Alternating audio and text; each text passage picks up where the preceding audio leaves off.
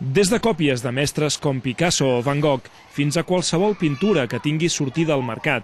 Avui, Tafen, al sud de la Xina, factura uns 100 milions d'euros anuals gràcies a milers d'obrers del pinzell.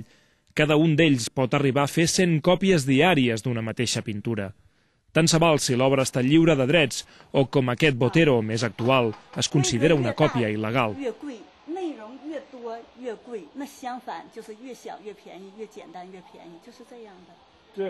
Quan costa aquest?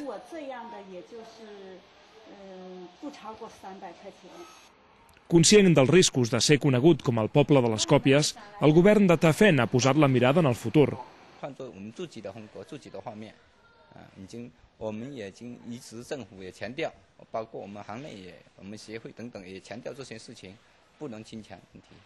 Cada cop hi ha més xinesos amb diners que volen comprar pintures originals. Artistes com aquest venen ara per més de 10.000 euros, quadres que abans només es pagaven a 200 euros. I un altre concepte innovador. Aquestes falses antiguitats es venen al centre de París per 7 o 8 vegades més el que costa fer-les. A més, aquests treballadors cobren el doble o el triple que la mitjana. Per uns és copiar obres d'art i pels altres l'art de la còpia.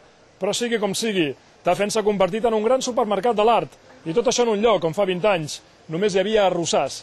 Sergi Vicente, TV3, Tafen.